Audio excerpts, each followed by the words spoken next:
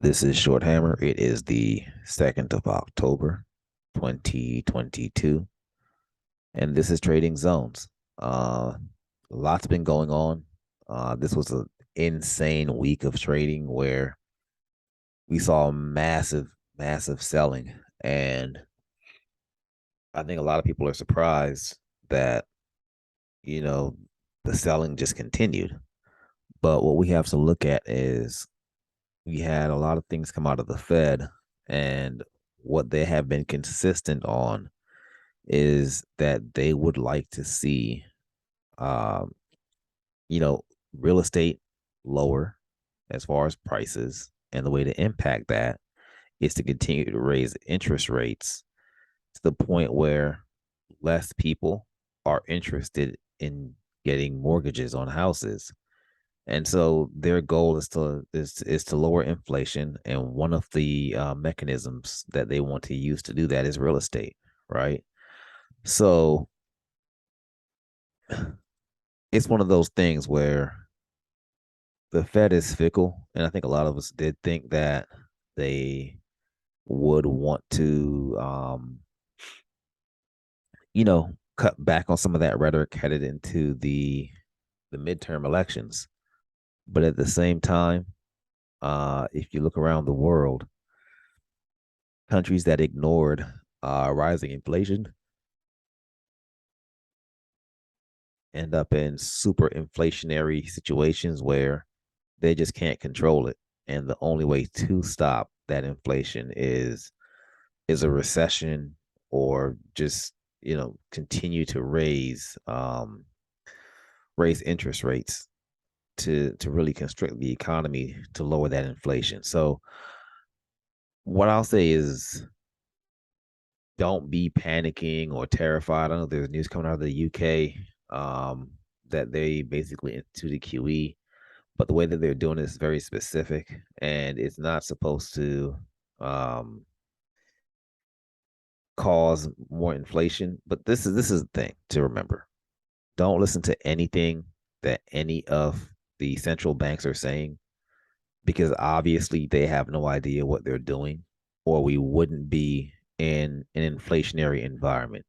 There are many things that I think all these central banks could have done years ago to curb the potential of inflation getting too hot.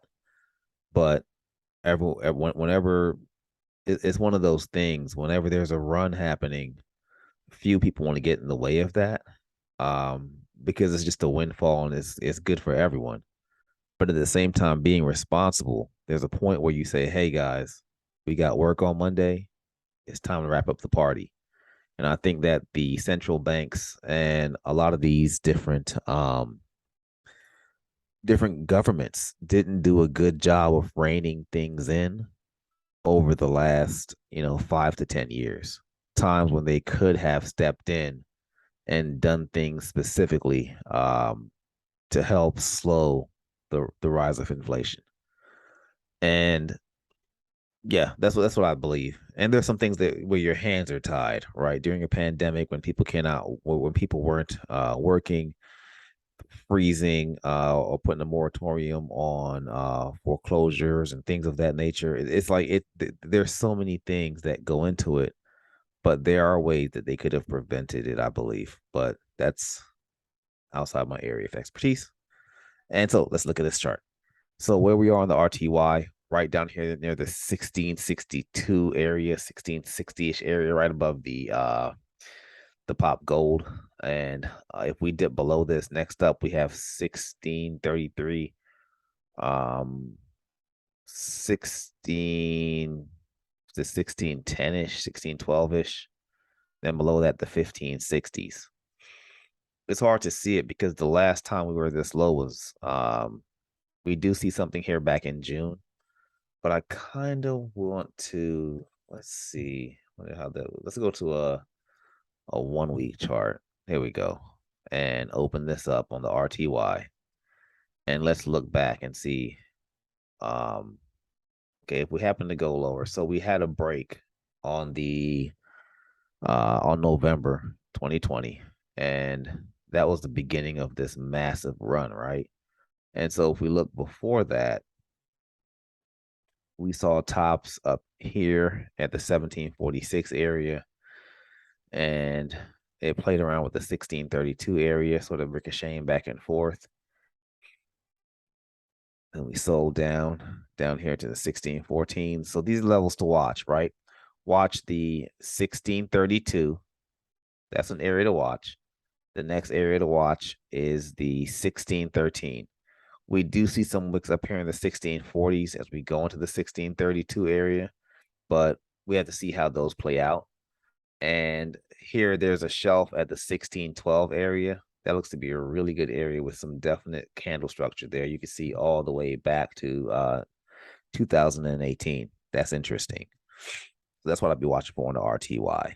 And I wouldn't be chasing downsides or have the expectation of, oh, there's a reversal coming because we've sold so much, we got to buy back up. What's going on right now is a lot of financial manipulation. And the thing is, even if we believed that the central bankers knew what they were doing, oh, let me give the other option, right? Even if we believe they knew what they were doing, do we believe that they would be able to execute this flawlessly? And I think we'd all say nope. We don't believe they can execute whatever they're trying to execute flawlessly. They're not going to be able to land this plane on the Hudson. I just don't believe it. They've never been able to do it, and I don't think they'll be able to do it now. So to the upside, if we happen to bounce, watch the 1702 area first, above that 1713-ish, and above that 1747. But we'll see. That's not something that I see happening right now. If I'm looking at this looks like a janky M pattern, and that if we do sell below the 1660s, that maybe we go the length of this 1715 by 1663. It's possible. So we'll see, which will 47 1052, which will put us down around here, six below the 1611. But we'll see. I mean, sometimes these sort of janky patterns don't play out, but that's something to keep an eye on potentially. And I did mention those levels on the weekly that you should probably keep an eye on. Moving on to the MES. MES also at lows, lows for the year.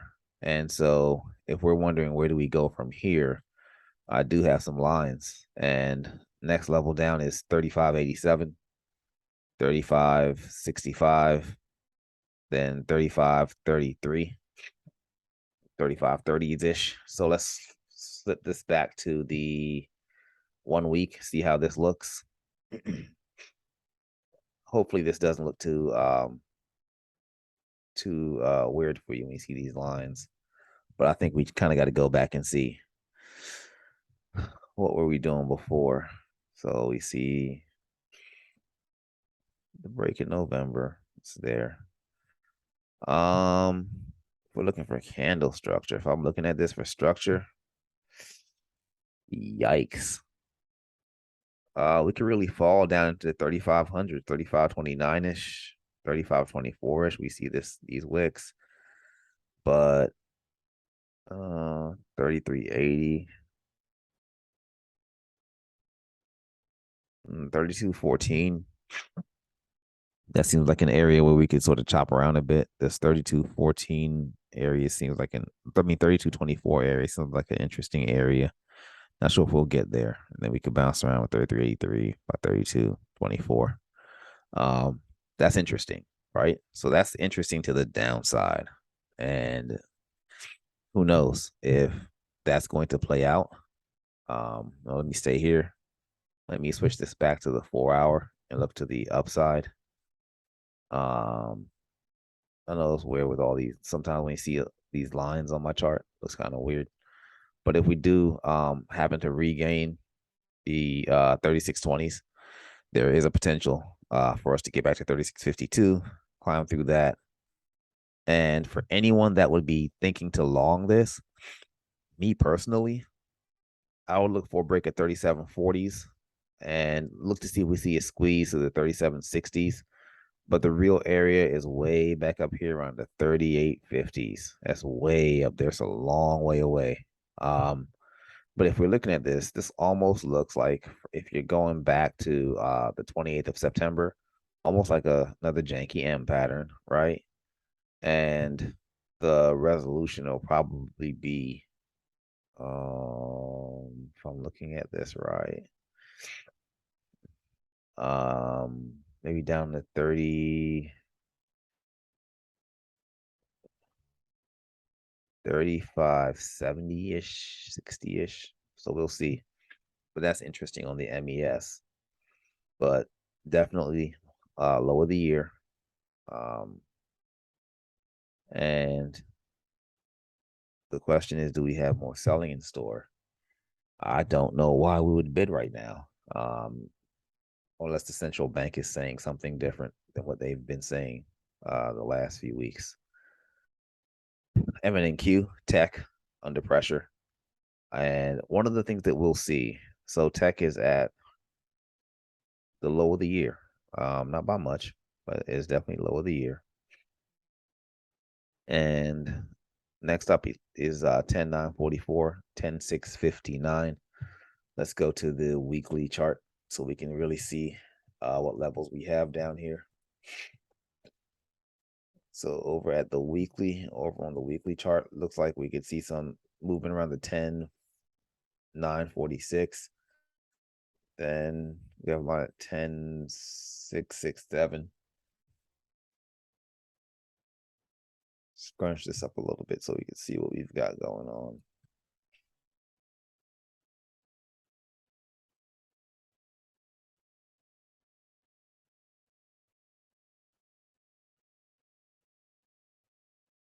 Okay, 96.26. Okay. Let's see, that's gonna happen. But this is an area that we thought was interesting, that maybe 10,934. What's this? 10,665-ish area. 650s. I have to see what happens there, but that may be interesting on the M&Q. But one of the things that I did think was interesting, let's keep going. Let's go to the 4-hour. Is that even though we see a lot of these futures instruments being so low, let's go over to Amazon. When you go to something like Amazon and you see these futures at the low of the year, Amazon is not.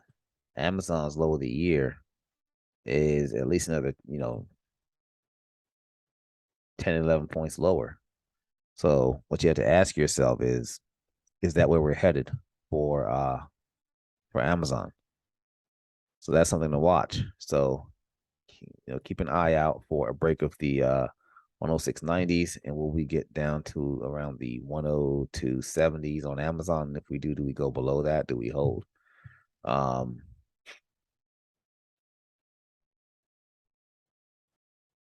Interesting, but we have our levels here: 106, 96, and 95.27. And based on where we are right now,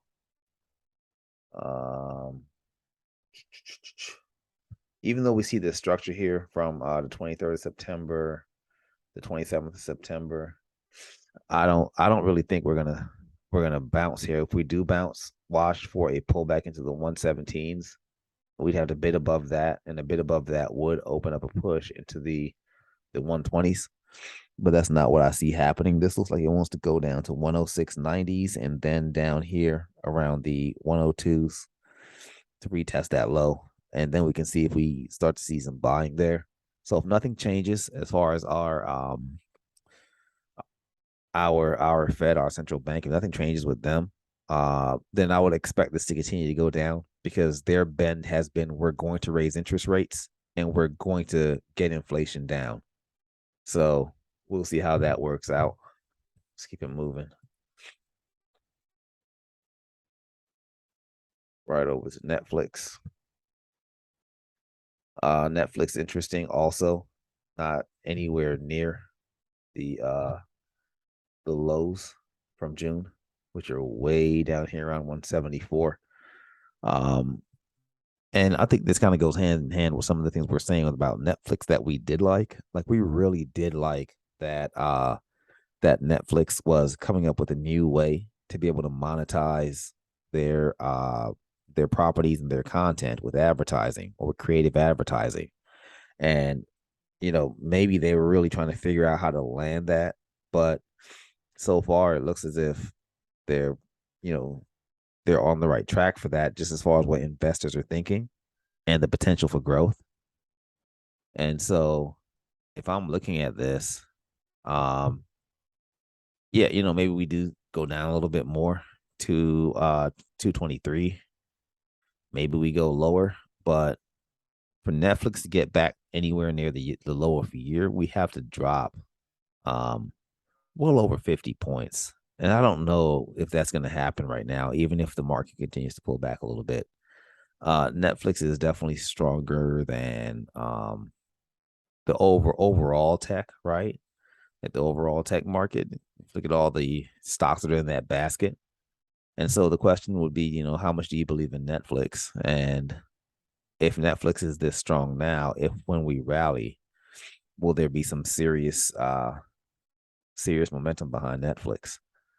Whenever the market's struggling, people are always looking for something to go into or roll into that's bullish. And so we have to sort of see what that is or what that may be. And so we're just looking at potential here. But if we happen to retrace and get back above the 244-ish, 240-ish area, and we can clear the 250s, and then we're bullish, then we're definitely going to keep an eye out for the 264, 282, 292, 306, and potentially higher. If we continue to sell to the downside, I would definitely watch this candle structure from September. This is the 23rd and the 27th. Like even all the way back over here, August. Okay.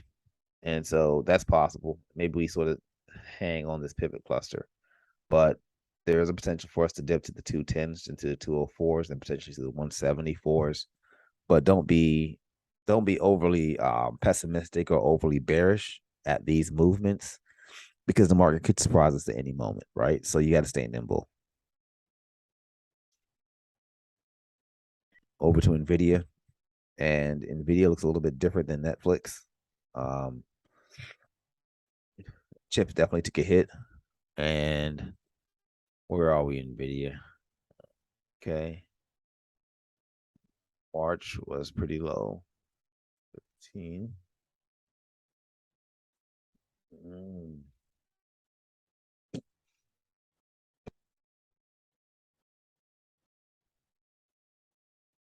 okay.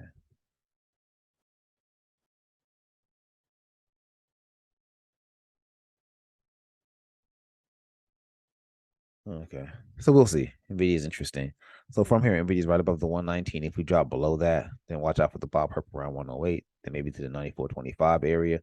If we do see it bidding this and they buy it back up, then we need to really clear the 127s. Then that would maybe open up the 134s on Nvidia. Not exactly sure what's going on with chips if they're still dealing with the um the issues of selling chips to China, if that's still banned, and how that may impact their quarterly earnings. So we have to see with NVIDIA. But definitely interesting. Keep it moving. Microsoft. Microsoft low, session lows, all right? And is that the low a year on Microsoft? Looks like it may be.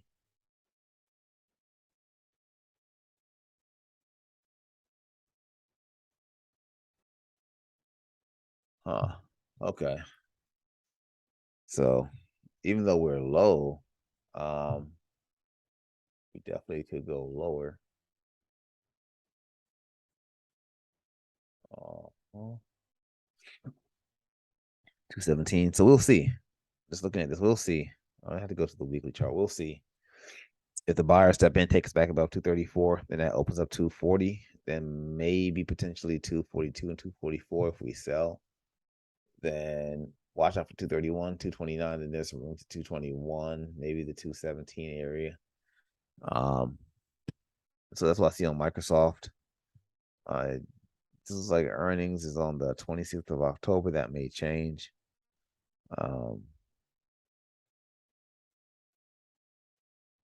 Yep.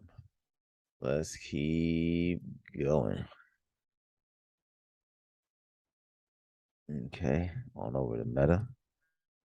Meta definitely kept selling below that area that we were watching, the 150s. So where we are now, we extended down to 131. We bounced. Let's see if we get through the 139. But if we continue to sell, watch out for 126.28, 121.40, then 114.72. We happen to bid 139, then 150.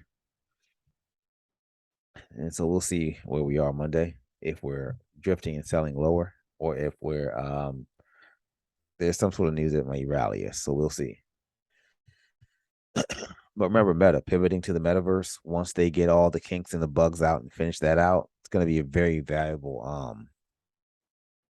property to be um to be first in class on, right? Lots of big companies may trust a Meta to be able to help them procure their online presence. Um, maybe it's not even pure. It's not. That's not what I mean. I meant to say. Oh, am I forgetting the word? Um, not to cater, but not important. But help them with managing their online presence and how they want to appear to the world as people, shop in the metaverse.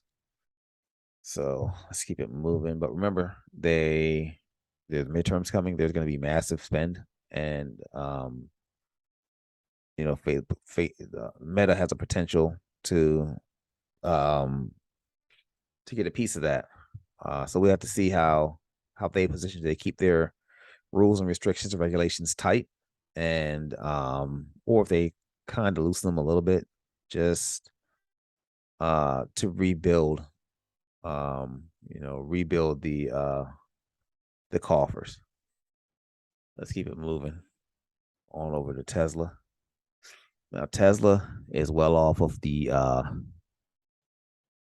perceived lows for the year, right? Like back in June. So from this 270 area, we either go up to 275, and if we get your bid 286, then 301. If we sell below 270, watch for 259. Then yep. We're looking at these levels on Tesla. We have 259 next up, 231, then 208. To the upside, we have 270, 275, 286, 301. Have to wait to see how that plays out. Earnings is right around the corner, right around August. We had to see what those numbers look like and what their guidance looks like. So, some of those thoughts and thoughts has come back from a lot of different places. Don't seem positive. So we have to wait to see sort of exactly what happens with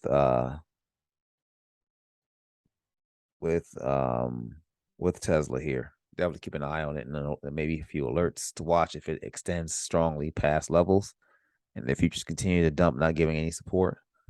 Yeah, that will be interesting.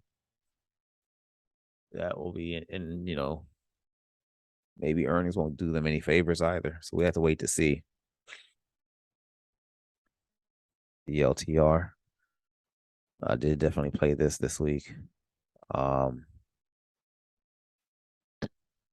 Just interesting. I like to peek at this. Potentially looking at this.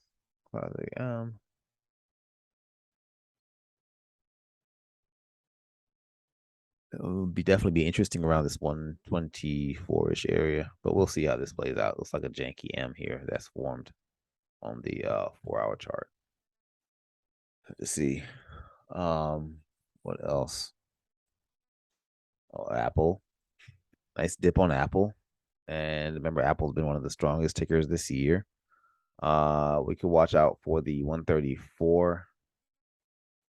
Then 131. Okay. So we just have to wait to see um, what happens with Apple. Production numbers, they said that they're going to lower production because they're not seeing the, I guess, the rapid buying they were expecting. So that is interesting. Let's keep going. Okay, nice dip on the SPY. Okay. So long short of it is that don't believe that this is the end. The market is dead tomorrow, and don't believe that the market is uh waiting to shoot a rocket and just into yeah, like the market's waiting for a rocket to be shot into space. Like the Fed is going to pivot and we're going to take off into the stratosphere, and the market's going to run nonstop, right? So there's no proof of that. The Fed has been saying the exact opposite. So basically, watch your six. If you're trading with size, make sure you have the proper hedge on to protect yourself, and just be careful day to day, intraday. Just be really careful. If you're swinging, just be really careful because this market could turn on a dime. Um, and if we're looking at SPY, uh, at a 358. Next is 351.40 and 344. And where are we here? To the upside. Three. Yep. Yeah, 323. What's this? 364, then 367, 369. We had to see with SPY. Um, if you like this video, actually, one second, let me check one thing before we go. I like the eye on CI. And so this is perfect, right? Classic. We did do a back test of this zone that we held for so long and rejected. And we'll see if we move the length of the zone, which is 283, 284-ish by 294, 90, 283. Yep. So there may be some more room to this to head to the downside. Definitely keep an eye out for the 271s. Then maybe a little bit lower on CI, but that's interesting. So we'll see if we continue to sell and what we look like on Monday. Yeah, I'll stop there. If you like this video, please don't hesitate to go to our YouTube channel and subscribe. And once you subscribe, you can look forward to receiving more content from me, but actually even better, more content from Elisa as she shows you how she utilizes her power of pivot strategy to find great pre-market, intraday, and post-market entries and exits. Thank you so much for your time. Wish you a wonderful week of trading. And remember that you're only one trade away. Thank you.